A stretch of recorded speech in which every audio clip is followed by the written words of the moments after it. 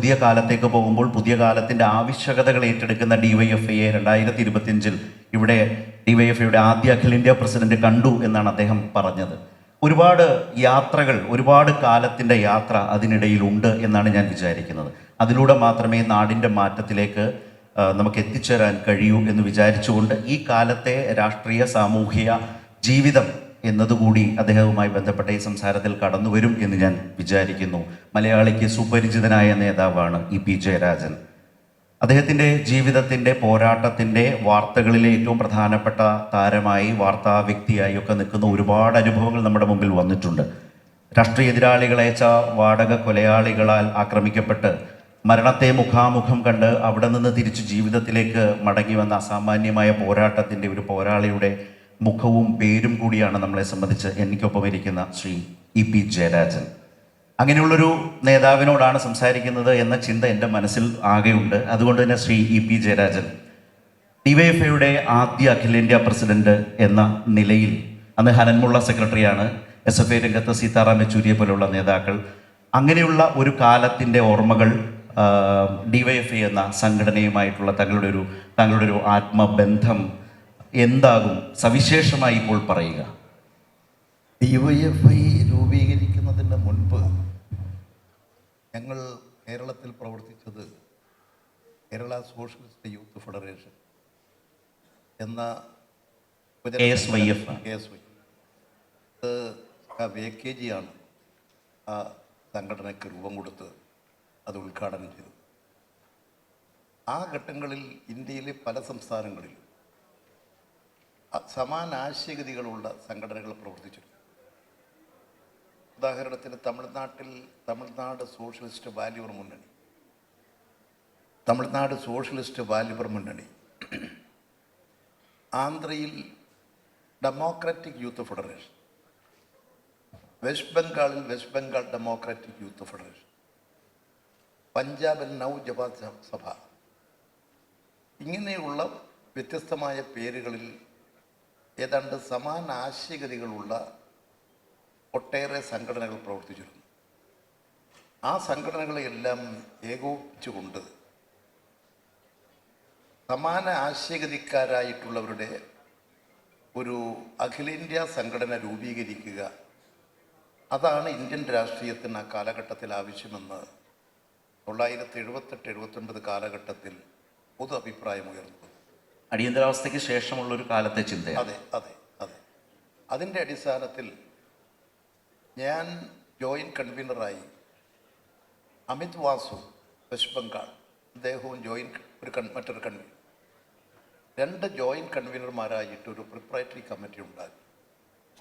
ആ പ്രിപ്പറേറ്ററി കമ്മിറ്റിയാണ് അഖിലേന്ത്യാ അടിസ്ഥാനത്തിൽ ഒരു സംഘടന ഉണ്ടാക്കാൻ 1980 നവംബർ മാസം പഞ്ചാബിൽ സമ്മേളിച്ചുകൊണ്ട് DYFIക്ക് രൂപം കൊടുത്തത്. ഞാൻ ഇന്നും ഓർക്കുന്നൊരു കാര്യം, ആ സമ്മേളനത്തിൽ, ഇങ്ങനൊരു സമ്മേളനം നടക്കുന്നതറിഞ്ഞ് ആ സമ്മേളനത്തെ അഭിവാദ്യം ചെയ്യാൻ വന്നെത്തിയതിൽ ഒരാൾ കിഷോരി ലാലായി. കിഷോരി ലാൽ ഭഗവത് സിംഗിനോടൊപ്പം ജയിലിൽ കിടന്നിട്ടുള്ള ആളാണ്. അന്ന് കിഷോരി ലാലിൻ്റെ പ്രായം കുറവായി. അതുകൊണ്ട് ജീവപര്യന്തം തടവ് കൊടുത്ത് ജയിലിൽ കിടന്ന കിഷോരി ലാൽ സ്വാതന്ത്ര്യത്തിന് ശേഷം കുറേ വർഷം പിന്നിട്ടതിന് ശേഷമാണ് അദ്ദേഹം ജയിൽ വിമുക്തനായി. അദ്ദേഹം ആ സമ്മേളനത്തിൽ പങ്കെടുത്തു. അദ്ദേഹം ആ സമ്മേളനത്തിൽ നടത്തിയൊരു പ്രസംഗം ഇപ്പോഴും എൻ്റെ ചെവിയിൽ മുഴങ്ങിക്കൊണ്ടിരിക്കുകയാണ്. അദ്ദേഹം പറഞ്ഞത്, ഭഗവത് സിംഗ് ജീവിച്ചിരുന്നുവെങ്കിൽ ഈ സമ്മേളനത്തിൽ അദ്ദേഹമാണ് വരിക. അതുകൊണ്ട് എൻ്റെ സഹപ്രവർത്തകരും വഴികാട്ടിയുമൊക്കെയായിരുന്ന ഭഗവത് സിംഗിൻ്റെ അഭിലാഷങ്ങൾക്ക് രൂപം കൊടുത്തുകൊണ്ട് ഇന്ത്യയിലെ ഇടതുപക്ഷ പുരോഗമന ജനാധിപത്യവാദികളായ യുവജന സംഘടനകൾ സമ്മേളിച്ചുകൊണ്ട് ഒരു അഖിലേന്ത്യാ സംഘടനയ്ക്ക് രൂപം കൊടുക്കുന്നത് സന്തോഷകരമാണ്. ആ മുഹൂർത്തത്തിലാണ്, അത് നേരിൽ കാണാനാണ് ഞാൻ ഇവിടെ വന്നത് എന്ന് പറഞ്ഞുകൊണ്ടാണ് അദ്ദേഹം ആ സമ്മേളനത്തെ അഭിവാദ്യം ചെയ്ത് സംസാരിച്ചത്. ആ പാരമ്പര്യമാണ് യഥാർത്ഥത്തിൽ DYFI. യഥാർത്ഥത്തിൽ പുതുതലമുറയോട് സംസാരിക്കുന്നത് കൊണ്ട് തന്നെ ആ കാലം, അവിടെ നിന്ന് തുടങ്ങിയ ഒരു സംഘടനയുടെ സഞ്ചാരം എന്നത് പുതുതലമുറയോട് സംസാരിക്കുമ്പോൾ വളരെ പ്രധാനപ്പെട്ടതാണെന്ന് വിചാരിക്കുന്നു. താങ്കളെ പോലെ ഒരു പൊതുപ്രവർത്തകനെ, രാഷ്ട്രീയ നേതാവിനെ രൂപപ്പെടുത്തി വളർത്തിയെടുത്ത് കൊണ്ടുവരുന്നതിൽ വരുത്തിയിട്ടുള്ള ഈ സംഘടന നൽകിയിട്ടുള്ളൊരു വലിയ സംഭാവന, സീതാറാം യെച്ചൂരിയും ഒക്കെയൊത്തുള്ള വിദേശ യാത്രകൾ, നിങ്ങളുടെ ആത്മബന്ധങ്ങൾ, ദില്ലിയിൽ നിന്നൊക്കെ പലപ്പോഴും അതേക്കുറിച്ചൊക്കെ ഒരുപാട് കേൾക്കാൻ വന്നിട്ടുണ്ട്. പക്ഷേ ഇ.പിയോട് നേരിട്ട് സംസാരിക്കുന്നത് അതേക്കുറിച്ച് ആദ്യമാണ്. അത്തരം താങ്കളെ രൂപപ്പെടുത്തിയ ബന്ധങ്ങൾ, അതുപോലെ തന്നെ യാത്രകൾ, അനുഭവങ്ങൾ, അതേക്കുറിച്ച്. ഞങ്ങളുടെ DYFയുടെ രൂപീകരണത്തിന് ശേഷമാണ് അതിന് സ്വതന്ത്രമായി ഡൽഹിയിൽ ഒരു ഓഫീസും പ്രവർത്തനവും തുടങ്ങി. അന്ന് ഞങ്ങളോടൊപ്പം ഞാൻ പ്രസിഡൻറ്റും ഹനൻമുള്ള ജനറൽ സെക്രട്ടറിയും അതൊക്കെ സുനിത് ചോപ്ര, അദ്ദേഹം മരിച്ചുപോയി, അദ്ദേഹം ട്രഷററുമായിട്ടുള്ളതായി. ആ സംഘടനയുടെ കേന്ദ്രം അന്ന് ഡൽഹിയിലായിരുന്നു. ഞങ്ങൾ ഡൽഹിയിലെ ഒരു എംപിമാരുടെ ക്വാർട്ടേഴ്സാണ് ഇതിൻ്റെ പ്രവർത്തന കേന്ദ്രം. അവിടെ തന്നെയാണ് SFIയുടെ അഖിലേന്ത്യാ കമ്മിറ്റി ഓഫീസും പ്രവർത്തിച്ചത്. അന്ന് സീതാറാം യെച്ചൂരിയും ഒക്കെ അവിടെ കേന്ദ്രീകരിച്ചാണ് പ്രവർത്തിച്ചത്. ആ കാലഘട്ടം മുതൽ 80-ൽ സംഘടന രൂപീകരിച്ചതിന് ശേഷം അദ്ദേഹം നമ്മളിൽ നിന്നും വേറിട്ട് പോകുന്ന മരിക്കുന്നതും വരെ അദ്ദേഹവുമായിട്ട് ഏറ്റവും അടുത്ത സൗഹൃദ ബന്ധം പുലർത്തിയിട്ടുള്ളത്. അദ്ദേഹം യഥാർത്ഥത്തിൽ ഒരു അസാമാന്യ സംഘടന പാഠവും അതുപോലെ തന്നെ ഒരു അസാമാന്യ ബന്ധം വെച്ചു പുലർത്തിയിട്ടുള്ള ഒരാളാണ്. അദ്ദേഹവും ഞാനും തമ്മിൽ ഏതാണ്ട് 2 ആഴ്ചക്കാലം ഒന്നിച്ച് ഞങ്ങൾക്ക് ജീവിക്കാൻ കഴിഞ്ഞു. ഇന്ത്യയിൽ നിന്ന് യുവജന വിദ്യാർത്ഥി പ്രതിസംഘം വിദേശ രാജ്യങ്ങളിൽ പോയ അവസരത്തിൽ അദ്ദേഹത്തോടൊപ്പമാണ് ഉണ്ടായി. അദ്ദേഹവും ബംഗാളിലെ മുൻ മുഖ്യമന്ത്രിയായിരുന്ന ശ്രീ ബുദ്ധദേവ് ഭട്ടാചാര്യ, അദ്ദേഹം അന്ന് ഈ പ്രതിസംഘത്തിലുണ്ടായിരുന്നു. അതുപോലെ ഇവിടെ നിന്ന് കേരളത്തിൽ നിന്ന് ഞാൻ ആ സംഘത്തിലുണ്ടായിരുന്നു. അങ്ങനെ ഞങ്ങൾ 10-14 ദിവസക്കാലം മോസ്കോവിൽ സോവിയറ്റ് യൂണിയൻ്റെ വിവിധ പ്രദേശങ്ങളിൽ ഒക്കെ ഒന്നിച്ച് സഞ്ചരിക്കാൻ ഞാനും സീതാറാമും ഒരു മുറിയിലായി താമസം. അപ്പം അങ്ങനെ ഞങ്ങൾ തമ്മിലൊരു അടുത്ത പാർട്ടി രംഗത്തുള്ള ബന്ധങ്ങൾ, അതുപോലെ തന്നെ ഒരു കുടുംബ ബന്ധം പോലെ അദ്ദേഹവുമായി ബന്ധപ്പെട്ട് ജീവിക്കുകയും അത് അവസാന കാലം വരെ അത് തുടരുകയും ചെയ്യും. അങ്ങനെയുള്ളൊരു ആത്മബന്ധം സീതാറാം യെച്ചൂരിയുമായിട്ട് എനിക്കുണ്ടായിരുന്നു. അതുപോലെ ഒട്ടനവധി നേതാക്കന്മാരുമായി ഇന്ത്യ ഒട്ടാകെ ആ കാലം മുതലുള്ള യുവജന നേതാക്കളുമായിട്ടുള്ളൊരു വലിയ ബന്ധത്തിൻ്റെ അനുഭവങ്ങളും ഓർമ്മകളും താങ്കളെ സംബന്ധിച്ചുണ്ടാവും. പിന്നീട് അവിടെ നിന്ന് CPIMൻ്റെ നേതൃത്വത്തിലേക്ക് വരുന്നു. കണ്ണൂർ ജില്ലാ സെക്രട്ടറിയായി ദീർഘകാലം കണ്ണൂരിൽ പ്രവർത്തിച്ച ശേഷമാകുന്നു. പിന്നീട് സംസ്ഥാന നേതൃനിരയിലേക്ക് വരുന്നു, പാർട്ടിയുടെ കേന്ദ്ര കമ്മിറ്റി അംഗമാകുന്നു. ഈ യാത്രകൾ ഉടനീളം സംഭവിക്കുമ്പോൾ താങ്കളുടെ ജീവിതത്തിൽ എപ്പോഴും ചർച്ചയാവുകയും ആളുകൾ വർത്തമാനം പറയുകയും ചെയ്യുന്ന ഒന്നാണ് താങ്കൾക്ക് നേരെ ഉണ്ടായ ഒരു ആക്രമണം. അതിനെ അതിജീവിച്ചു വന്ന EP ജയരാജൻ എന്ന നേതാവ്. ഏത് സമയത്തും ഏത് കാലത്തും അതേക്കുറിച്ച് ആലോചിക്കുമ്പോൾ താങ്കളുടെ മനസ്സിൽ മായാത്ത ഒരു അനുഭവമോ ഓർമ്മയോ ആയി ആ സംഭവത്തെക്കുറിച്ച് പറയേണ്ടി വരുന്നത് എന്താവും? എനിക്ക് എൻ്റെ ജീവിതത്തെക്കുറിച്ചൊന്ന് തിരിഞ്ഞു നോക്കുമ്പോൾ എൻ്റെ വിദ്യാർത്ഥി ജീവിത കാലഘട്ടം മുതൽ നിരവധി ഘട്ടങ്ങളിൽ ഭീകരമായ പോലീസ് മർദ്ദനങ്ങൾ അനുഭവിക്കേണ്ടി വന്നതാണ്. ഒരു ഘട്ടത്തിൽ അത് അടിയന്തരാവസ്ഥയ്ക്ക് തൊട്ട് മുൻപാണ്. കണ്ണൂർ ജില്ലയിൽ നടന്ന ഒരു ഭീകരതയുടെ കാലഘട്ടത്തിൽ അവിടെ ജയപ്രകാശ് മൂവ്മെൻറ്റ് ശക്തിപ്പെട്ടു. ജയപ്രകാശ് നാരായണൻ അദ്ദേഹം കേരളത്തിലൊരു പര്യടനം ഉണ്ടായിരുന്നു. ആ പര്യടനത്തിൻ്റെ ഭാഗമായിട്ട് അദ്ദേഹം കോഴിക്കോട് വന്നു. കോഴിക്കോട് നിന്ന് അദ്ദേഹം മംഗലാപുരത്തേക്ക് തീവണ്ടിയിൽ യാത്ര ചെയ്തു. അന്ന് സഖാവ് AKG കണ്ണൂർ പാർട്ടി ഓഫീസിൽ, ഞാനവിടെ പാർട്ടി ഓഫീസിലുള്ളപ്പോൾ അന്ന് പാർട്ടി ജില്ലാ സെക്രട്ടറി MV രാഘവൻ, അന്ന് MV രാഘവൻ എന്നെ വിളിച്ചിട്ട് പറഞ്ഞു, ഇങ്ങനെ ജയപ്രകാശ് തീവണ്ടിയിൽ വരുന്നുണ്ട്, കോഴിക്കോട് നിന്ന് വീരേന്ദ്രകുമാർ അറിയിച്ചതാണ്. അപ്പോൾ അദ്ദേഹത്തെ കണ്ണൂർ റെയിൽവേ സ്റ്റേഷനിൽ വെച്ച് കരിങ്കൊടി കാണിക്കാൻ കോൺഗ്രസ്സുകാർ ആസൂത്രിതമായ പരിപാടി തയ്യാറാക്കിയിട്ടുണ്ട്. അവരക്രമാസക്തമാണ്. ആ കാര്യങ്ങളിൽ അങ്ങനെ ഒരു സംഭവം ഉണ്ടാകുമ്പോൾ അദ്ദേഹത്തിന് അഭിവാദ്യം അർപ്പിക്കാനുള്ള ജനങ്ങളും അവിടെ ഉണ്ടാകണം. അതനുസരിച്ച് രാവിലെ വെളുപ്പാൻ കാലത്തും 3:30-4 മണിക്കാണ് ആ വണ്ടി കണ്ണൂരിലെത്തുന്നത്. രാത്രി തന്നെ ആണ് ഞങ്ങളോട് പറയുന്നത്, രാത്രി തന്നെ ഞങ്ങൾക്ക് ബന്ധപ്പെടാൻ പറ്റുന്ന കേന്ദ്രങ്ങളിലൊക്കെ ബന്ധപ്പെട്ടു. റെയിൽവേ സ്റ്റേഷനിൽ എത്തുമ്പോഴേക്കും വലിയൊരു ജനക്കൂട്ടം അവിടെ. ആ ജനക്കൂട്ടം അവിടെ എത്തുമ്പോഴേക്കും സഖാവ് AKG വന്നു. ട്രെയിനിൽ നിന്ന് സഖാവ് AKGയുമായിട്ട് JP സംസാരിച്ചു. അതിനുശേഷം AKG അവിടുന്ന് കാറ് കയറിപ്പോയി. JP ട്രെയിനിൽ മംഗലാപുരത്തേക്ക് പോയി.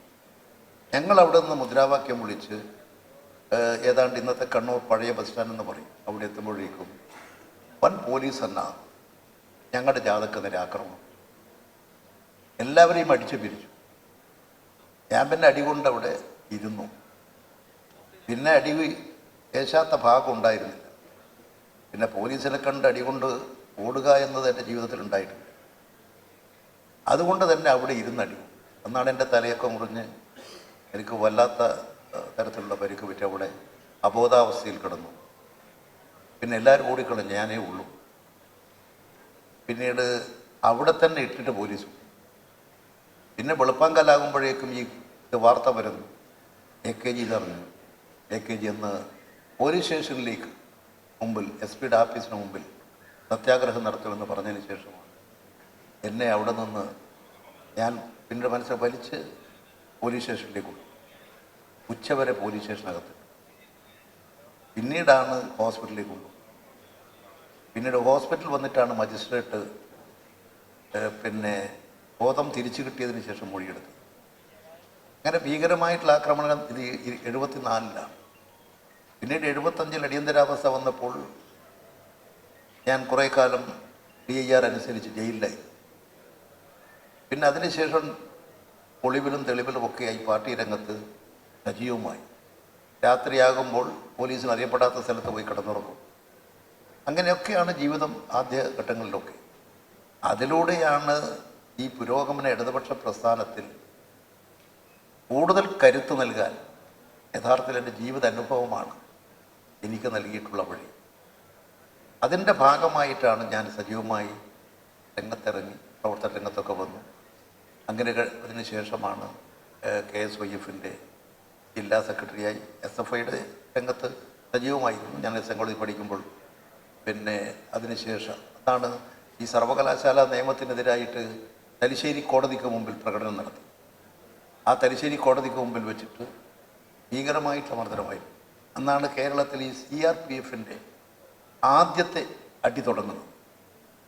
പിന്നെ സർവകലാശാല നിയമത്തിനെതിരായിട്ട് SFI പ്രക്ഷോഭത്തിനെതിരെ. അതിൽ ഞങ്ങൾക്ക് ഒരുപാട് ആളുകൾക്ക് മർദ്ദനം പറ്റി. അന്ന് ഞങ്ങളെയൊക്കെ അന്ന് രക്ഷിക്കാൻ പിണറായി എന്ന് ഓടിയെത്തി. ഞങ്ങളെയൊക്കെ എനിക്ക് തോന്നുന്നു ഞങ്ങളെയൊക്കെ ആശുപത്രിയിൽ കൊണ്ടുപോയത് പിണറായിയൊക്കെയാണ്. അന്ന് ആ പരിപാടി പങ്കെടുത്ത വിദ്യാർത്ഥികളൊക്കെ കടലിൽ തുള്ളി. അവരൊക്കെ രക്ഷിക്കാൻ വേണ്ടിയിട്ട് അന്ന് പാട്യം ഗോപാൽ, പിണറായി വിജയൻ തുടങ്ങിയിട്ടുള്ള പ്രമുഖരായ നേതാക്കളാണ് രംഗത്ത് വന്ന് പ്രവർത്തിച്ചത്. അങ്ങനെയുള്ള അനുഭവങ്ങളാണ് ജീവിതത്തിൽ പിന്നീട് പല ഘട്ടങ്ങളിൽ. ഈ ഇത്തരം അനുഭവങ്ങളിലൂടെയാണ് താങ്കളിലെ പോലൊരു നേതാവിൻ്റെ വളർച്ച വന്നിട്ടുള്ളത്. അവിടെ നിന്നാണ് ഒരു ജനപ്രതിനിധിയായും മന്ത്രിയായും ഒക്കെ മാറുന്നത്. അതിനിടയിൽ ഒരു പ്രത്യേകിച്ച് CPM-നെ സംബന്ധിച്ച് ഇപ്പോൾ ഒരു സംഘടനാ സമ്മേളന കാലമാണ്. പാർട്ടി കോൺഗ്രസിലേക്ക് പോകുമ്പോഴാണ് ഒരു പാർട്ടി കോൺഗ്രസ് കാലത്ത് താങ്കൾക്ക് വലിയൊരു ആക്രമണം ഉണ്ടായത്. ഇതിൽ നിന്നൊക്കെ രൂപപ്പെട്ടു വന്നൊരു നേതാവ് എന്നുള്ളത് കൊണ്ടാണ് പുതുതലമുറയോട് സംസാരിക്കുമ്പോൾ ഇക്കാര്യങ്ങളൊക്കെ സാന്ദർഭികമായി കടന്നു വന്നത്. അങ്ങനെ വന്ന ഈ കാലത്ത് കേരളത്തിൻ്റെ മുൻ വ്യവസായ മന്ത്രി എന്ന നിലയിൽ മുഖ്യമന്ത്രി അടക്കം ഇടതുമുന്നണി അടക്കം കേരളത്തിൽ വലിയ മാറ്റം വന്നു എന്ന് പറയുമ്പോൾ, പക്ഷേ ആ മാറ്റത്തെ ആ നിലയിൽ ഉൾക്കൊണ്ടുകൊണ്ടുള്ള ഒരു മാധ്യമ സമീപനം കേരളത്തിൽ സംഭവിക്കുന്നുണ്ടോ? അതിനെ ശരിയാം വിധം വിലയിരുത്തുന്നുണ്ടോ? താങ്കളുടെ ഒരു വിലയിരുത്തൽ എന്താണ്? ഞാൻ എൻ്റെ രാഷ്ട്രീയ പ്രവർത്തനത്തിനിടയിൽ പാർട്ടിയുടെ ഏരിയ സെക്രട്ടറി ആയിട്ടുണ്ട്, ജില്ലാ സെക്രട്ടറിയായി അങ്ങനെയൊക്കെ പ്രവർത്തിച്ച് വന്നിട്ടുള്ള ഒരാളാണ്. ഈ ഘട്ടങ്ങളിലെല്ലാം വലിയ ആക്രമണങ്ങൾ നേരിടും. എനിക്ക് നേരെ എൻ്റെ ഓർമ്മ ഒരു 4-5 പ്രാവശ്യം ബോംബെറിഞ്ഞിട്ടുണ്ട്. അത് ബോംബെറിഞ്ഞിട്ടാൽ അപകടത്തിൽപ്പെട്ട് മരണപ്പെടുമെന്ന് തോന്നിയിട്ടുള്ള അനുഭവങ്ങൾ വരെയുണ്ട്. ചിലപ്പോൾ സഞ്ചരിക്കുന്ന കാറിൻ്റെ ഡോറൊക്കെ തെറിച്ചു പോയി. അങ്ങനെയൊക്കെ വന്നിട്ടുള്ള ഒരു ഘട്ടത്തിലെത്തുമ്പോഴാണ് ചണ്ഡീഗറിൽ വെച്ച് നടക്കുന്ന പാർട്ടി കോൺഗ്രസിൽ പങ്കെടുത്ത് തിരിച്ചു വരുമ്പോൾ ട്രെയിനിനകത്ത് വെച്ച് വാടക കൊലയാളികൾ വെടിവെച്ചു. ആ വെടിവെച്ചപ്പോഴും അവർ ആ ട്രെയിനിൽ നിന്ന് പുറത്തേക്ക് ചാടി അവരവരുടെ യജമാനന്മാർക്ക് കൊടുത്ത സന്ദേശം ഞാൻ മരിച്ചു എന്നാണ്. പക്ഷേ പിന്നീടാണ് ഞാൻ മരിച്ചിട്ടില്ലെന്ന് വാർത്ത വരുന്നത്. അതായത് വന്ന് ഡൽഹിയിൽ പിന്നെ അന്ന് ചെന്നൈയിലെത്തി ആശുപത്രിയിലൊക്കെ പോയി ഡോക്ടർമാരുടെ വിദഗ്ധമായ ചികിത്സയൊക്കെ ഉണ്ടായി. പിന്നെ ഞാൻ ലണ്ടനിലൊക്കെ പോയി ചികിത്സയൊക്കെ വന്നു. അങ്ങനെയുള്ള ജീവിതത്തിൻ്റെ ഒരുപാട് അനുഭവങ്ങളിൽ നിന്നാണ് ഞാൻ രാഷ്ട്രീയം പഠിച്ചത്. അതിൽ നിന്നാണ് എന്നെ പാർട്ടി ഓരോ ചുമതലയും ഏൽപ്പിച്ചത്. ആ ചുമതല അനുസരിച്ച് ഒരു ഘട്ടത്തിൽ എന്നെ കേരളത്തിൻ്റെ നിയമസാമാജികനാക്കി. പിന്നീട് ഞാൻ മത്സരിച്ചപ്പോൾ ഞാൻ കേരളത്തിൻ്റെ വ്യവസായ വകുപ്പും കായിക വകുപ്പും കൈകാര്യം ചെയ്യുന്ന വകുപ്പ് മന്ത്രിയായിട്ട് ചുമതലയേൽപ്പിച്ചു. ഈ ഘട്ടങ്ങളിൽ കേരളത്തിൻ്റെ സമഗ്രമായ വികസനത്തിന് വേണ്ടി, കേരളത്തിൻ്റെ കായിക രംഗത്ത് അഭിവൃദ്ധിക്ക് വേണ്ടി ഒട്ടനവധി പുതിയ സംരംഭങ്ങൾ ആരംഭിക്കാൻ കഴിഞ്ഞിട്ടുണ്ട്. നമ്മുടെ കേരളം കുറേ വർഷങ്ങൾക്ക് പിന്നിലേക്ക്, ഒരു 10-25 വർഷം പിന്നിലേക്ക് തിരിഞ്ഞു നോക്കിയാൽ എന്താ കേരളം? ഓലമേഞ്ഞ വീടുകൾ, കുടിലുകൾ, റോഡുകളില്ല, അങ്ങനെയുള്ളൊരു കേരളമായിരുന്നു. ഭൂമിയെല്ലാം സ്വകാര്യ വ്യക്തികളുടേതായിരുന്നു. അതിലെ ഇടതുപക്ഷത്തിന്റെ സംഭാവന ഈ കാലത്ത് എന്ത് എന്നുള്ളതാണ്. അപ്പുറത്ത് നിൽക്കുന്നവർ പറയുന്നത് സ്വാഭാവികമായി വരുന്ന കേരളത്തിന്റെ ഒരു വളർച്ച മാത്രമേ ഇപ്പോഴും ഉള്ളൂ എന്നാണ്. ഇന്നത്തെ കേരളമായി രൂപപ്പെടുന്നതിൻ്റെ തുടക്കം 57 കമ്മ്യൂണിസ്റ്റ് മന്ത്രിസഭയാണ്. അതാണ് ഭൂപരിഷ്കരണം. ആ ഭൂപരിഷ്കരണം കൊണ്ടാണ് ഇന്ന് കേരളത്തിൽ ഇത്രമാത്രം മാറ്റം. മറ്റൊന്ന് ഇടതുപക്ഷത്തിൻ്റെ പ്രധാനപ്പെട്ട സംഭാവനയാണ് സഹകരണം, ആരോഗ്യം. ഈ രംഗങ്ങളിലെല്ലാം ഒരു ജനകീയ താല്പര്യ സംരക്ഷണത്തിനുള്ള നയങ്ങൾ ആവിഷ്കരിച്ച് പ്രവർത്തിച്ചതുകൊണ്ട് കേരളം അതിവേഗത്തിൽ വളർന്ന് വികസിച്ചു വന്നു. അങ്ങനെ ഒരു വികസനത്തിൻ്റെ കാലഘട്ടത്തിൽ തിരിഞ്ഞു നോക്കുമ്പോഴാണ് കേരളത്തിൽ ഞാൻ വ്യവസായ മന്ത്രിയായി വരുമ്പോൾ കേരളത്തിൻ്റെ വ്യവസായ രംഗത്ത് പുരോഗതിയില്ല, കാർഷിക രംഗത്ത് പുരോഗതിയില്ല. ആ രംഗത്തെ മാറ്റി തീർക്കുക എന്നുള്ളത് ഒരു ഇടതുപക്ഷ നിരീക്ഷണത്തിൻ്റെ ഭാഗമാണ്. അതുകൊണ്ട് തന്നെ വ്യാവസായിക രംഗത്ത് സമഗ്രമായൊരു മാറ്റം വരുത്തണം. എന്താണ് വ്യവസായത്തിൻ്റെ സംരംഭകർക്ക് കേരളത്തിലെ തടസ്സം എന്ന് നോക്കി സംരംഭകർക്ക് വിഷമങ്ങൾ ഉണ്ടാകാതിരിക്കാൻ ആവശ്യമായ നിയമനിർമ്മാണം നടപ്പിലാക്കുക. ഇവിടെ വ്യവസായം തുടങ്ങാൻ വേണ്ടിയിട്ട് നിക്ഷേപകർ വന്ന് അപേക്ഷ കൊടുത്ത് 2-3 വർഷം കാത്തിരുന്ന് നിരാശരായി തിരിച്ചു പോകേണ്ട ഘട്ടം വന്നു. അതുണ്ടാകാതെ ഇരിക്കാനാണ് ഇവിടെ നിയമമുണ്ടാക്കിയെന്ന് മാത്രമല്ല, അപേക്ഷ കൊടുത്ത് 1 മാസത്തിനുള്ളിൽ അനുവാദം കിട്ടുന്നില്ലെങ്കിൽ ഡീംഡ് പെർമിഷനായി കണക്കാക്കി നിങ്ങൾ ഉദ്ദേശിക്കുന്ന സർട്ടിഫിക്കറ്റ് നിങ്ങൾക്ക് അത് അംഗീകരിക്കും, നിങ്ങൾക്ക് തുടങ്ങാം. പിന്നെ ഒരു സർട്ടിഫിക്കറ്റും വേണ്ട, അപേക്ഷ കൊടുത്ത ഡേറ്റും അതിൻ്റെ കാര്യങ്ങളും. എന്ന് വെച്ചാൽ EP പറയുന്നത് ഈ ഭരണ തുടർച്ച കൊണ്ട് മലയാളി മനസ്സിലാക്കേണ്ട ഏറ്റവും വലിയ മാറ്റം, കഴിഞ്ഞ സർക്കാരിൻ്റെ കാലത്ത് വ്യവസായ മന്ത്രിയായിരിക്കും ഇത്തരം അടിത്തറ പാകുന്നു. അവിടെ നിന്ന് 21 വന്ന 2ാം പിണറായി സർക്കാർ അതിൻ്റെ തുടർച്ചയിൽ ഇന്ന് ചർച്ച ചെയ്യുന്ന നിലയിലേക്ക് വളർന്നു മാറി എന്നാണ്. അതെ, ഒരു തുടർച്ചയാണത്. ആദ്യത്തെ ഗവൺമെൻറ് അന്നത്തെ കാലഘട്ടത്തിലുള്ള സ്ഥിതി വെച്ചുകൊണ്ട് സാഹചര്യങ്ങൾ മാറ്റിയെടുക്കാൻ കഠിനമായ പരിശ്രമം നടത്തി. പിന്നീട് വന്ന ഗവൺമെൻറ് അതിൽ നിന്ന് കുറേ കൂടി അതിവേഗത്തിൽ മുന്നോട്ട് വരും. ഇപ്പോൾ അതിവേഗത്തിലൊരു കുതിപ്പിലാണ്. നമ്മുടെ കേരളത്തിൻ്റെ തൊഴിലില്ലായ്മയുടെ മേഖലയിൽ പരിഹാരം കണ്ടെത്താൻ വ്യവസായങ്ങൾ ഉണ്ടായേ പറ്റും. വ്യവസായ നിക്ഷേപകർ വരണം. ഇപ്പം ഞാനിപ്പോൾ ഇവിടെ തന്നെ ശ്രദ്ധിക്കപ്പെട്ടൊരു കാര്യം, കേരളം നിക്ഷേപത്തിന് പറ്റിയ അന്തരീക്ഷമല്ല, ഇവിടെ വ്യവസായ സൗഹൃദ അന്തരീക്ഷമല്ല. ഇവിടെ നിക്ഷേപിക്കരുത്, ഇവിടെ നിക്ഷേപിക്കാൻ വരുന്ന ആളുകൾ തിരിഞ്ഞു പോകണം എന്ന് പറഞ്ഞ ആളുകളെ ഭയപ്പെടുത്തി തിരിച്ചയക്കുന്ന ഒരു സാഹചര്യം ഈ അടുത്ത കാലം വരെ ഉണ്ടായി. ഇപ്പോൾ നിക്ഷേപ സംരംഭകത്തിൽ സമ്മേളനത്തിലൊക്കെ എല്ലാ പാർട്ടിക്കാരും പങ്കെടുത്തു, വളരെ സന്തോഷം. പക്ഷെ 2 മാസം മുമ്പ് എന്താണ് അവർ പറഞ്ഞത്? നിക്ഷേപകർ ഇങ്ങോട്ട് വരരുത്, ഇവിടെ നിക്ഷേപ സൗഹൃദമല്ല, ഇവിടെ ഒന്നും തുടങ്ങാൻ പറ്റില്ല, ഇവിടെ കൊടികുത്തി പൂട്ടിക്കും. എവിടെയെങ്കിലും ഒരു വ്യവസായം കഴിഞ്ഞ 8.5 ഇപ്പോൾ ഇടതുപക്ഷ ഗവൺമെൻറ് വന്നതിന് ശേഷം ഏതെങ്കിലും ഒരു വ്യവസായം കൊടികുത്തിയിട്ട് പൂട്ടിച്ചിട്ടുണ്ടോ? എന്നാൽ പല വ്യവസായങ്ങൾ തുറന്ന് പ്രവർത്തിച്ചില്ലേ? പൊതുമേഖലാ വ്യവസായങ്ങൾ പ്രവർത്തിപ്പിച്ചില്ലേ? ഇതുപോരാ, നമ്മുടെ പ്രശ്നം പരിഹരിക്കാൻ കൂടുതൽ നിക്ഷേപം വരണം. നമുക്ക് കേരളത്തിൽ നമ്മുടെ സ്ഥിതി എടുത്ത് നോക്കിയാൽ നമുക്ക് പണമില്ല, പണം വേണം. നമുക്ക് ടെക്നോളജി ഇല്ല, നമുക്കില്ലാത്തത് നമ്മുടെ ഉള്ള സ്ഥലത്ത് വാങ്ങി പുരോഗതി കൈവരിച്ചാലേ പറ്റൂ. അതുകൊണ്ട് നിക്ഷേപകരെ ആകർഷിക്കണം, ശാസ്ത്ര സാങ്കേതിക വിദ്യകളെ നമുക്ക് വാങ്ങണം, അത് വാങ്ങി കേരളത്തെ അഭിവൃദ്ധിപ്പെടുത്തണം. അതാണ് ഈ ഗവൺമെന്റ് അപ്പോൾ ചെയ്തുകൊണ്ടിരിക്കുന്നത്. എൻ്റെ ഒരു സംശയം, അല്ലെങ്കിൽ താങ്കൾ നേരത്തെ പറഞ്ഞ ഒന്നുകൂടെ സ്ട്രെസ് ചെയ്യേണ്ടതാണെന്ന് തോന്നുന്നു. കഴിഞ്ഞ സർക്കാരിൻ്റെ കാലത്ത് സംരംഭകർക്ക് കേരളത്തിലേക്ക് വന്ന് സംരംഭകരാകാൻ കഴിയുന്ന ആത്മവിശ്വാസം പകരുന്ന നിലയിൽ നമ്മുടെ നിയമസഭ നിയമനിർമ്മാണം നടത്തി, റൈറ്റ്? അതൊരു വലിയ മാറ്റത്തിന് വിധേയമായി. അതുപോലെ തന്നെ ഈ സ്റ്റാർട്ടപ്പുകളുടെ കാര്യത്തിൽ സ്റ്റാർട്ടപ്പ് നയം അന്ന് സർക്കാർ രൂപീകരിച്ചത് 2016 കണക്കനുസരിച്ച് വളരെ തുച്ഛമായിരുന്നു സ്റ്റാർട്ടപ്പുകളുടെ എണ്ണം. അവിടെ നിന്നൊരു വലിയ കുതിപ്പാണ് ഇപ്പോൾ നമ്മൾ നോക്കുമ്പോഴുള്ളത്. ഇതിന് മാറ്റം വരുത്തിയത് ആ കാലം മുതൽ ഇങ്ങോട്ട് കൊണ്ടുവന്ന സ്റ്റാർട്ടപ്പ് നയമാണോ? അന്നത്തെ കാലഘട്ടത്തിന്റെ പരിധിക്കകത്ത് നിന്നുകൊണ്ടേ അന്ന് ചെയ്യാൻ കഴിയും. അന്ന് ചെയ്യേണ്ട കാര്യങ്ങൾ അന്ന് നിർവഹിക്കും. തുടർച്ചയായി വരുമ്പോൾ സ്റ്റാർട്ടപ്പുകൾ അന്ന് വളരെ ചുരുക്കം സ്റ്റാർട്ടപ്പുകൾ മാത്രമേ എന്നുള്ളൂ. ഇത്രമാത്രം ഒരു വികാസ രംഗത്തായിരുന്നില്ല. പക്ഷെ ഇന്ന് അതിൻ്റെ വികാസ രംഗം ലോകത്തിലാകെ വളർന്നു വരുമ്പോൾ അതിനെ പൂർണ്ണമായും സ്വീകരിച്ച് വംശീകരിച്ച് അത് കേരളത്തിൽ പ്രയോഗിക്കാൻ ഈ ഗവൺമെൻറ് മുന്നോട്ട് വരികയാണ്. നമുക്ക് ലോകത്തിൽ പല രാജ്യങ്ങളും വളർന്ന് വികസിക്കുകയല്ലേ, ആ വികസനത്തോടൊപ്പം നമ്മൾ പോകണ്ടേ? നമ്മൾ ഇന്നും ഈ ദരിദ്രരായി പട്ടിണി കിടന്ന് നശിക്കാൻ ജനിച്ചവരാണോ? നമുക്ക് മാറ്റമുണ്ടാക്കണ്ടേ? നമ്മുടെ പ്രശ്നം പരിഹരിക്കണ്ടേ? കാർഷിക രംഗത്തുള്ള ഒട്ടനവധി ഭൂപ്രശ്നം പരിഹരിച്ചു. ഇനി പുതിയ വ്യവസായ സംരംഭങ്ങൾ. നമ്മുടെ യുവാക്കളുടെ പ്രധാന പ്രശ്നം തൊഴിൽ രഹിതരായ കേരളീയരാണ്. ഇടതുപക്ഷ ഗവൺമെൻറ്റിൻ്റെ നയം തൊഴിൽ രഹിതരില്ലാത്ത കേരളമാണ്. എങ്ങനെ തൊഴിൽ രഹിതരില്ലാത്ത കേരളം സൃഷ്ടിക്കും? അതിൽ സുപ്രധാനമായ പങ്ക് വ്യവസായങ്ങൾക്കുണ്ട്. അപ്പോൾ കഴിഞ്ഞ സർക്കാരിൻ്റെ തുടർച്ചയിൽ നിങ്ങളെപ്പോലുള്ള വളരെ സീനിയറായ ലീഡേഴ്സായിരുന്നു ഒന്ന് മിനിസ്റ്റേഴ്സ്. അവരൊക്കെ മാറി പുതിയ തലമുറയിൽപ്പെട്ട മന്ത്രിമാരൊക്കെ വന്നപ്പോൾ ഈ സർക്കാരിൻ്റെ ഒരു കാലാവധി തീരുകയാണ്. എങ്ങനെയാണ് അവരെ റേറ്റ് ചെയ്യുന്നത് ശ്രീ പി ജയരാജൻ? അവരുടെയൊക്കെ ഒരു പെർഫോമൻസ് എങ്ങനെയുണ്ട്? നല്ല പെർഫോമൻസാണ്. നമ്മുടെ കേരളത്തിലെ ഒരാളുടെ ചുമതല ഏൽപ്പിച്ചാൽ, പാർട്ടി ചുമതല ഏൽപ്പിക്കുന്നത് അല്ലെങ്കിൽ LDF ചുമതല ഏൽപ്പിക്കുന്നത്, ആ ദൗത്യം നിർവഹിക്കാൻ അദ്ദേഹത്തിന് കഴിയും എന്നുള്ളതിനൊക്കെ നിരീക്ഷിച്ചുകൊണ്ടാണ്. വെറുതെ നറുക്കിട്ടെടുക്കുന്നതല്ല, വെറുതെ ആരെങ്കിലും ഒരാൾ വിളിച്ച് പറഞ്ഞ് നിങ്ങൾ ഈ മന്ത്രിയാകുക എന്ന് പറയുന്നതല്ല. അല്ലെങ്കിൽ മന്ത്രി കസേലൊക്കെ കുപ്പായിട്ട് നടക്കുന്ന പലരും ഉണ്ടല്ലോ. ഇപ്പോൾ പല കുപ്പായം തയ്പ്പിച്ചു, അതെല്ലാം കീറി പറഞ്ഞു പോയി, നശിച്ചുപോയി. ഈ പുതിയ കുപ്പായം തയ്പ്പിച്ച് നടക്കുന്ന ആളുകളുണ്ട്. അതല്ല ഇടതുപക്ഷം.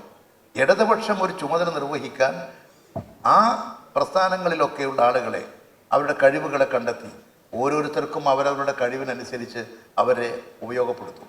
അതിൻ്റെ ഭാഗമായിട്ട് കേരളത്തിൽ മന്ത്രിമാർ വരുന്നു, പുതിയ ആളുകൾ വരുന്നു. അത് കാലഘട്ടത്തിനനുസരിച്ച് പുതിയ വളർച്ചയും ഉയർച്ചയും ഉണ്ടാകുന്നുണ്ട്. ഇപ്പോൾ ഞാൻ ജനിച്ച കാലഘട്ടത്തിൻ്റെ തലമുറയേക്കാൾ എത്രയോ മുമ്പിലാണ് ഇന്നത്തെ തലമുറ. ഞാൻ നേരത്തെ ഇവിടെ പറഞ്ഞൊരു കാര്യമാണത്. ഇനി വരുന്ന തലമുറ നമ്മളെക്കാളും മുമ്പിലായിരിക്കും. കാരണം മനുഷ്യനിൽ വരുന്ന മാറ്റം ബുദ്ധിപരമായ വളർച്ചയാണ്. ആ വളർച്ച പുതിയ കണ്ടുപിടുത്തം ഉണ്ടാകും, പുതിയ കാര്യങ്ങളെക്കുറിച്ച് പഠിക്കും. നമ്മുടെ ഈ പ്രപഞ്ചത്തിൽ നമുക്ക് അറിഞ്ഞുകൂടാത്ത ഒരുപാട് രഹസ്യങ്ങളുണ്ട്. അതെ. അപ്പോൾ ആ മാറ്റങ്ങളെ മനസ്സിലാക്കി അതിനെ ലീഡർഷിപ്പിൽ നിന്നുകൊണ്ട് നയിക്കുക എന്നുള്ളതാണ് നമ്മുടെ മന്ത്രിമാരുടെ മുമ്പിലുള്ള ഒരു വലിയ ഉത്തരവാദിത്വം. അപ്പോൾ താങ്കൾക്ക് ശേഷം ഇപ്പോൾ ഞാനൊരു സ്പെസിഫിക് ആയിട്ടൊരു വകുപ്പെടുത്താൽ, ഇൻഡസ്ട്രീസ്, വ്യവസായം എടുക്കാം. വ്യവസായ വകുപ്പ് മന്ത്രി എന്ന നിലയിൽ താങ്കൾക്ക് ശേഷം വന്ന രാജീവ് കൈകാളുമ്പോൾ മികവോടെ താങ്കളൊക്കെ ചെയ്തതിൻ്റെ തുടർച്ചയിൽ മുന്നോട്ട് പോകുമ്പോൾ വളരെ പേഴ്സണലായി ചോദിക്കുകയാണ്, അഭിനന്ദിച്ച അനുഭവങ്ങൾ ഒന്ന് പറയാമോ? അതുണ്ടായിട്ടുണ്ടോ? രാജീവ് നന്നായിട്ടുണ്ട് ഞാൻ എന്നും അഭിനന്ദനവും പ്രോത്സാഹനവും കൊടുത്തുകൊണ്ടിരിക്കുന്ന ഒരാളാണ്. ഏതെങ്കിലും ഒരു പ്രത്യേക ചടങ്ങ് പോയി മുഖത്തിന് വേണ്ടിയിട്ടല്ല, ആത്മാർത്ഥതയോടുകൂടി. കാരണം ഇടതുപക്ഷ ഗവൺമെന്റിന്റെ നയം ആത്മാർത്ഥതയോടുകൂടി കേരളത്തെ ഒരു പുതിയ കേരളമാക്കുക എന്നുള്ളതാണ്. അതായത് എന്നെങ്കിലുമല്ല, ഞങ്ങളൊക്കെ മരിച്ചിട്ട് രാജ്യം നന്നാക്കണമെന്നല്ല ഞങ്ങൾ ആഗ്രഹിക്കുന്നത്. ഞങ്ങൾ ജീവിച്ചിരിക്കുന്ന കാലഘട്ടത്തിൽ തന്നെ ഈ കേരളം മാറണം. ഈ കേരളത്തിലെ പട്ടിണി അവസാനിക്കണം. ഈ കേരളത്തിലെ തൊഴിലില്ലായ്മക്ക് പരിഹാരം ഉണ്ടാക്കണം. അതിനാണ് അതിവേഗത്തിൽ കാര്യങ്ങൾ നിർവഹിക്കേണ്ടത്. അതാണ് ഈ ഗവൺമെൻറ് ചെയ്യുന്നത്. പലപ്പോഴും ഇതിൽ പല രൂപത്തിൽ വിവാദങ്ങളിൽ മാധ്യമങ്ങളിൽ ഒരു കഥാപാത്രമായി, കേന്ദ്ര കഥാപാത്രമാകുന്ന ശ്രീ പി ജയരാജനും എന്നതുകൂടി നമ്മുടെ മുമ്പിലുണ്ട്.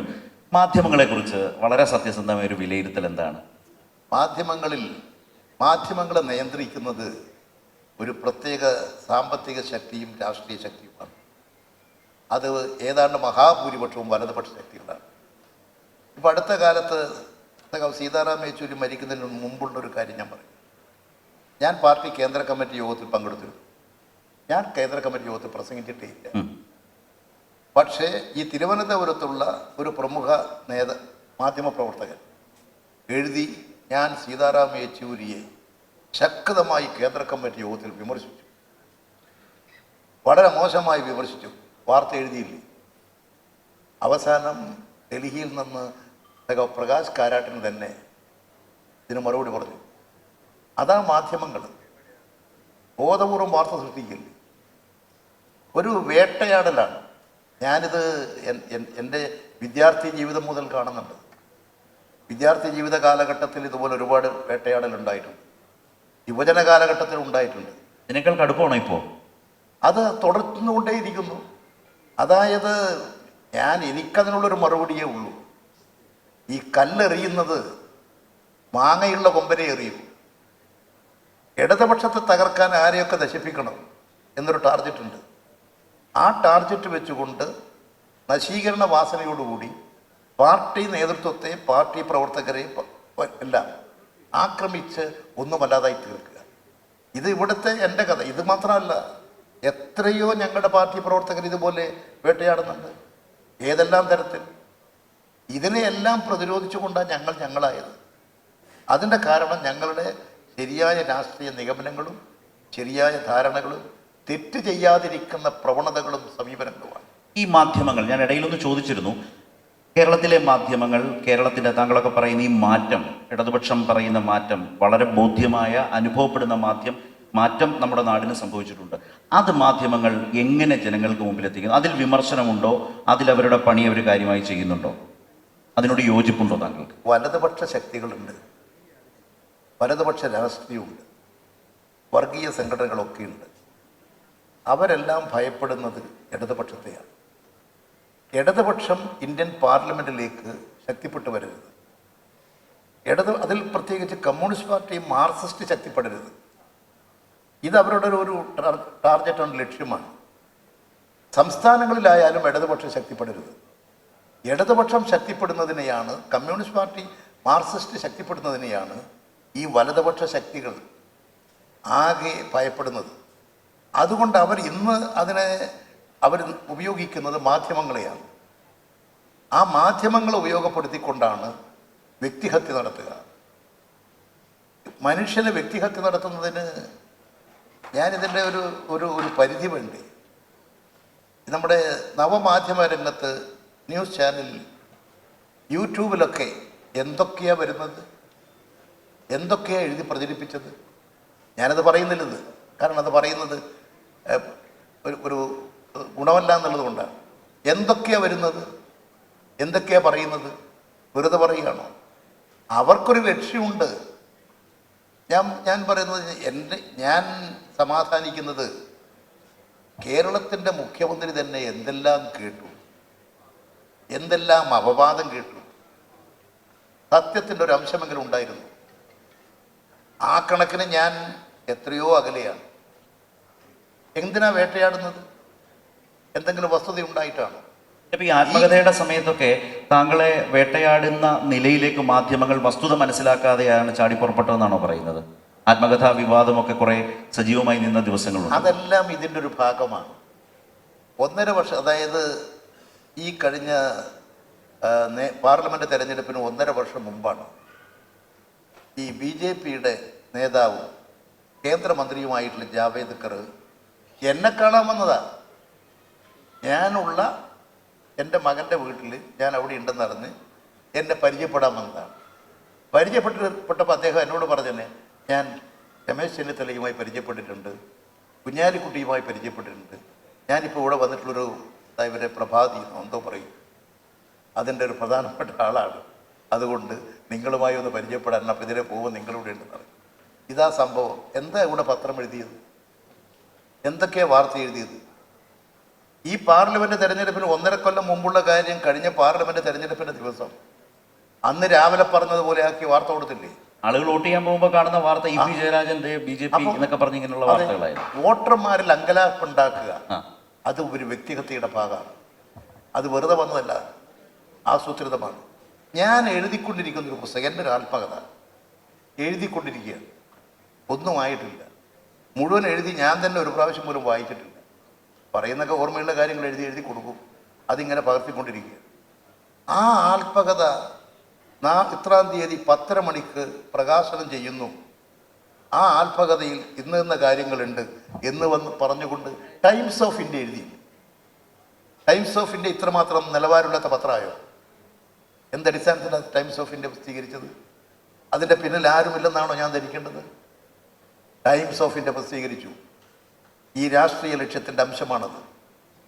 അത് പ്രസിദ്ധീകരിച്ചിട്ടെന്താ, എൻ്റെ ആൽപ്പകുതി ഞാൻ എഴുതിയിട്ടില്ലാത്ത കാര്യം. പക്ഷെ എന്തോ അന്ന് രാവിലെ തന്നെ ഞാനിത് കണ്ടതുകൊണ്ട് അത് വലിയ ആപത്ത് ഒഴിവായി എന്നാണോ വിചാരിക്കുന്നത്? അല്ല, ഞാൻ രാവിലെ കണ്ടു. അപ്പോൾ ഇത് വന്നിരിക്കുന്ന ചാനലുകാരെ വിളിച്ചു. അപ്പോൾ DC ബുക്സുകാരാണ്, അതിൻ്റെ ആളെ വിളിച്ചു. അപ്പോൾ അയാൾ വിദേശത്താണ്, അദ്ദേഹം ഉള്ളത് ഇവിടെ ദുബൈയിലോ മറ്റാണ്. അവരോട് ഞാൻ പറഞ്ഞ അടിയന്തരമായി അദ്ദേഹത്തോട് തന്നെ വിളിക്കാൻ പറയുന്നു. അരമണിക്കൂർ കഴിയുമ്പോൾ അദ്ദേഹം വിളിച്ചു. ഞാൻ ഞാൻ അധികം പരിചയമുള്ള ആളല്ല. DC ബുക്സിൻ്റെ അയാൾ പറഞ്ഞു, നിങ്ങളുടെ ഈ ചാനൽ ഇങ്ങനെ നിങ്ങളുടെ ഫേസ്ബുക്ക് പോസ്റ്റിൽ ഇങ്ങനെ 10 പ്രകാശനം ചെയ്യുന്നു. എൻ്റെ ഈ പുസ്തകത്തിൽ ഇടതുപക്ഷ ഗവൺമെൻറ്റിനെ ഞാൻ വിമർശിച്ചിട്ടുണ്ട്, അതുപോലെ തന്നെ പാലക്കാട് സ്ഥാനാർത്ഥിയെ വിമർശിച്ചിട്ടുണ്ട്. ഞാൻ ആ സ്ഥാനാർത്ഥിയെ അതുവരെ കണ്ടിട്ട് തന്നെയില്ല, വിമർശിച്ചിട്ടുണ്ട് എന്ന് പറഞ്ഞുകൊണ്ട് വാർത്ത വന്നല്ലോ, എവിടെ നിന്നാണ്? അപ്പോൾ അദ്ദേഹം പറഞ്ഞു, സാർ എനിക്കിതൊന്നും അറിഞ്ഞുകൂടാ. അതെ, പുസ്തക പ്രസാധകനും അറിഞ്ഞുകൂടാ. ഈ രവി എന്നോട് പറഞ്ഞു, സാർ എനിക്കിതൊന്നും അറിഞ്ഞുകൂടാ. ഞാൻ ചോദിച്ച് ഒരു അരമണിക്കൂറാണ്. ഞാൻ പറഞ്ഞു, അടിയന്തരമായി ഒന്നുകിൽ നിങ്ങളിപ്പോൾ എല്ലാ മാധ്യമത്തോടും വിളിച്ച് പറയണം, അല്ലെങ്കിൽ നിങ്ങൾ ക്ഷമ പറയണം എന്ന് പറഞ്ഞുകൊണ്ട് അദ്ദേഹത്തോട് പറഞ്ഞു, ഞാൻ സാർ അരമണിക്കൂർ കൊണ്ട് വിളിക്കാം. പിന്നെ അദ്ദേഹം എന്നെ വിളിച്ചിട്ടില്ല. അത് കാണുന്ന പൊതുജനത്തിന്റെ ഭാഗത്തു നിന്ന് ശ്രീ പി നോക്കൂ, താങ്കൾ നേരത്തെ ഈ കട്ടൻ ചായയും പരിപ്പുടയും ചേർത്തിട്ട് അല്പം വിവാദമായി വരുന്നൊരു പരാമർശം നടത്തിയിട്ടുണ്ട്. പഴയ കട്ടൻ ചായയും പരിപ്പുടയുടെയും കാലത്തെ പോലെ അങ്ങനെ അത് കുടിച്ചും കഴിച്ചും പാർട്ടിക്കാർക്ക് ജീവിക്കാൻ കഴിയില്ല എന്ന നിലയിലൊക്കെയുള്ള മാറ്റത്തെക്കുറിച്ച് താങ്കൾ പറഞ്ഞ സതുദ്ദേശപരമായി പറയുന്ന ഒരു കാര്യത്തെ വലിയ വിവാദമായി. അപ്പോൾ നേരെ വരുന്ന EP യുടെ ആത്മകഥ കട്ടൻ ചായയും പരിപ്പുടയും ഗംഭീരം, ആളുകൾ ഉറപ്പിക്കുകയാണ്. EP ഇങ്ങനെയൊക്കെ എഴുതിയിട്ടുണ്ടാവും. ഈ കട്ടൻ ചായയും പരിപ്പുവടയും അങ്ങനെയല്ല പ്രസംഗിച്ചത് തന്നെ. ഇപ്പം പലരും ആഗ്രഹിക്കുന്നുണ്ട്, ഞങ്ങൾ കാര്യങ്ങളൊന്നും പഠിക്കരുത്, പല്ല് തേക്കരുത്, കുളിക്കരുത്, ഈ കട്ടൻ ചായയും പരിപ്പുവടയും കഴിച്ച് ഇങ്ങനെ കഴിഞ്ഞു കൂടണം എന്ന് ചിന്തിക്കുന്നുണ്ട്. അതല്ല, കാലോചിതമായി കാര്യങ്ങൾ നിർവചിച്ച് പഠിച്ച് വളർന്നു വരുന്നവരാണ് ഇടതുപക്ഷക്കാർ. അതാ ഞാൻ നടത്തിയ പ്രസംഗം. അതെന്താക്കി, കട്ടൻ ചായയും പരിപ്പുവടി എന്ന് പറഞ്ഞുകൊണ്ട് വാർത്ത കൊടുത്തു. ഇത് എത്ര കൊല്ലം മുമ്പാണ്? എനിക്ക് തോന്നുന്നത് ഞാൻ ഓൾ ഇന്ത്യ പ്രസിഡന്റ് സ്ഥാനത്ത് നിന്ന് വിരമിച്ച് കഴിഞ്ഞതിന് ശേഷം 84 85 ആണ്. ഈ കഴിഞ്ഞ ഒരു മാസത്തിന് മുമ്പ് ആ വാർത്ത കൊടുത്തില്ലേ? എന്നെക്കുറിച്ച് ഇതുപോലെ ഒരുപാട് വാർത്ത കൊടുത്തില്ലേ? 40-45 കൊല്ലം മുമ്പ് ഞാൻ പ്രസംഗിച്ച കാര്യം എടുത്തിട്ടാണ് ഇപ്പോൾ പ്രസംഗിച്ച പോലെ കൊടുക്കുന്നത്. എന്താ അതിൻ്റെ ഉദ്ദേശം? വിവാദ പ്രസ്താവനകൾ. ഏതാ വിവാദം? 45 കൊല്ലം മുമ്പ് നടത്തിയതാ, 30 കൊല്ലം മുമ്പ് നടത്തിയതാ.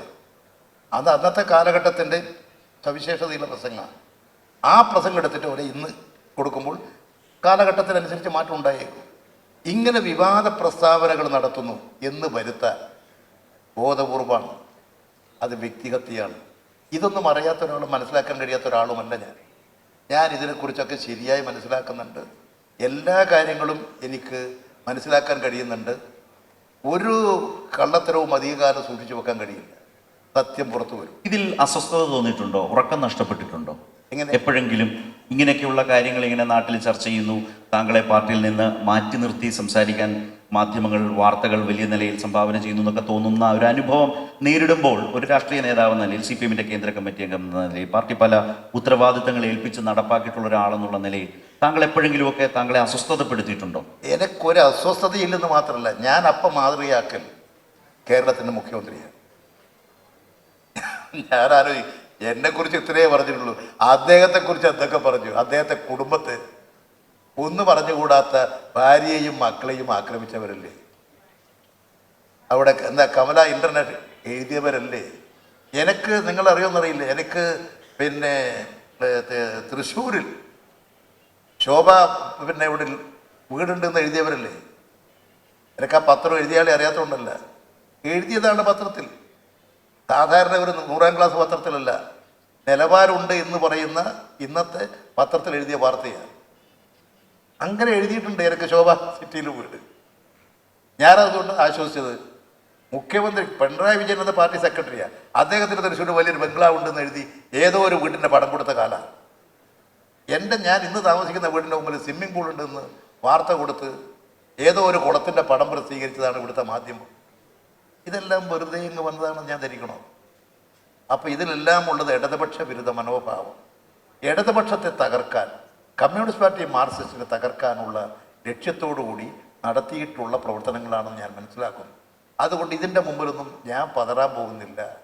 ശരിയായ നിലപാട് സ്വീകരിച്ചുകൊണ്ട് ഈ ഇടതുപക്ഷ പ്രസ്ഥാനത്തെയും പുരോഗമന പ്രസ്ഥാനത്തെയും ശക്തിപ്പെടുത്താൻ, ഇത്തരം ശക്തികളെ ജനങ്ങൾക്കിടയിൽ നിന്ന് ഒറ്റപ്പെടുത്താൻ, വലതുപക്ഷത്തിൻ്റെ ഇത്തരം വൃത്തികെട്ട നിലപാടുകളെ പൊതുജന മധ്യത്തിൽ തുറന്നു കാണിച്ച് വലതുപക്ഷത്തെ ദുർബലമാക്കാനുമുള്ള എല്ലാ നടപടികളും എല്ലാ പ്രവർത്തനങ്ങളിലും ഉണ്ടാകും. ഒറ്റ കാര്യം കൂടി അവസാനമായി, അതായത് നമ്മൾ ഈ കാലം എന്ന് പറയുന്നത് ഇനിയിപ്പോൾ ഈ സർക്കാരിന് ഒരു വർഷക്കാലം മാത്രം അവശേഷിക്കുന്നു. വ്യാവസായിക സൗഹൃദ അന്തരീക്ഷത്തിൽ മെച്ചം, വ്യാവസായിക മുന്നേറ്റം, സ്റ്റാർട്ടപ്പുകളുടെ മികച്ച കാലം, സാമൂഹ്യക്ഷേമ നടപടികൾ മുന്നോട്ട് പോകുന്നു. പക്ഷേ മുമ്പ് പറഞ്ഞതുപോലെ പ്രതികൂല ഘടകങ്ങൾ പലതുമുണ്ട്.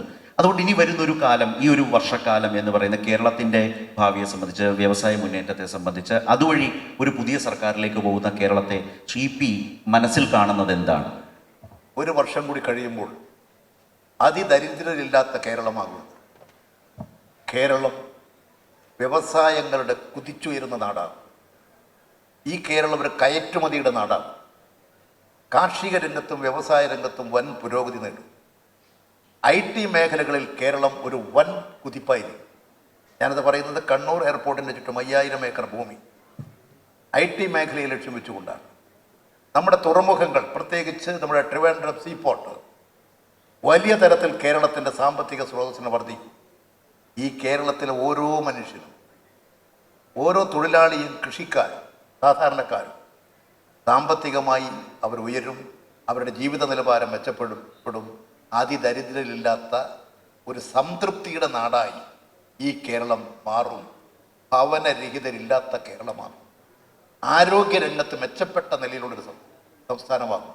ലോകത്തിൻ്റെ മുമ്പിൽ കേരളം കമ്മ്യൂണിസ്റ്റ് ആശയഗതികൾ നിറഞ്ഞു നിൽക്കുന്നൊരു നാട്, ലോകത്തിൽ വലിയൊരു സമ്പന്ന രാജ്യങ്ങളെപ്പോലെ ജനജീവിതം മെച്ചപ്പെടുത്തിയെടുത്ത് ഐശ്വര്യപൂർണമാക്കി ഒരു ബദൽ നയത്തിൻ്റെ സാക്ഷ്യപത്രമാണ് കേരളം. ഇന്നത്തെ ലോകത്തിലെ മുതലാളിത്ത വ്യവസ്ഥയല്ല ഇന്ന് അഭികാമ്യം. ജനങ്ങളുടെ ആകെ കൂട്ടായ്മയിലൂടെ ശാസ്ത്ര സാങ്കേതിക രംഗത്തെ ഉപയോഗപ്പെടുത്തി ജനക്ഷേമത്തിന് വേണ്ടിയിട്ടുള്ള പദ്ധതികൾ ആവിഷ്കരിച്ച് പ്രവർത്തിച്ച് പുതിയ കേരളം സൃഷ്ടിച്ചതുപോലെ ലോകത്തിൽ ജനങ്ങളുടെ ബുദ്ധിമുട്ടുകൾ ഇല്ലാതാക്കാൻ അത്തരം നയങ്ങൾ ഉയർത്തിപ്പിടിക്കണം. മുതലാളിത്തമല്ല ബദൽ. മുതലാളിത്തത്തിൻ്റെ പ്രശ്നങ്ങൾക്ക് പരിഹാരം കാണാൻ കഴിയില്ല. സോഷ്യലിസമാണ് ബദൽ. അതിൻ്റെ നല്ല തുടക്കമാണ് ഈ കേരളം എന്ന് ലോകം സാക്ഷ്യപ്പെടുത്തും. അതായിരിക്കും ഒരു വർഷം കഴിയുമ്പോൾ കേരളത്തിലുണ്ടാവുക. എന്തായാലും അത്തരം മാറ്റങ്ങളുടെ ഒരു വലിയ തുടക്കമാണ് മവാസോ എന്ന് പറയുന്നത്. പുതിയ കാലത്തെ ആവശ്യകതയ്ക്കനുസരിച്ച് ആദ്യ എഡിഷൻ ഏറ്റവും മികവോടെ പോകുമ്പോൾ നമ്മുടെ ഏത് സംസാരവും ഒടുവിൽ വന്ന് എത്തി നിൽക്കുന്ന CP പറഞ്ഞതുപോലെ കേരളത്തിൻ്റെ മുന്നേറ്റം, കേരളത്തിൻ്റെ ഭാവി, അതിൻ്റെ മികവ് എന്നതിലേക്ക് നമ്മുടെയൊക്കെ ചിന്തകളും വർത്തമാനങ്ങളും എത്തുന്നു എന്നുള്ളതാണ് ഏറ്റവും ആവേശകരമായ കാര്യം. അതിൻ്റെ ഒരു വാക്ക് കൂടി, അതിൻ്റെ ലക്ഷണമാണിത്. ഇവിടെ സമ്മേളിച്ചിരിക്കുന്നത് 2000-ൽ പരം ആളുകൾ നേരിട്ട് വന്ന് രജിസ്റ്റർ ചെയ്ത് പുതിയ സംരംഭത്തിന് തയ്യാറെടുക്കുകയാണ്. അവരുടെ ബുദ്ധിയും ശാരീരികമായ കരുത്തും ഒരു പുതിയ കേരളത്തിൻ്റെ സൃഷ്ടിക്ക് അർപ്പിക്കാനാണ് ഇവരെല്ലാം ഇവിടെ സന്നിഹിതരായിട്ടുള്ളത്.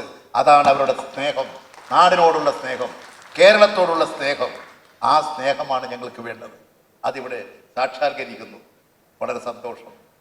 വളരെയധികം നന്ദി CP ജയരാജൻ. അങ്ങനെ ഒരു നല്ല കേരളം നാളെ ഉണ്ടാവട്ടെ. ഈ നിലയിലുള്ള മുന്നേറ്റം കൂടുതൽ കരുത്തോടെ പോകട്ടെ. അതിനാവട്ടെ ഓരോ വർത്തമാനവും നമ്മളെ കൂടുതൽ പ്രാപ്തരാക്കട്ടെ.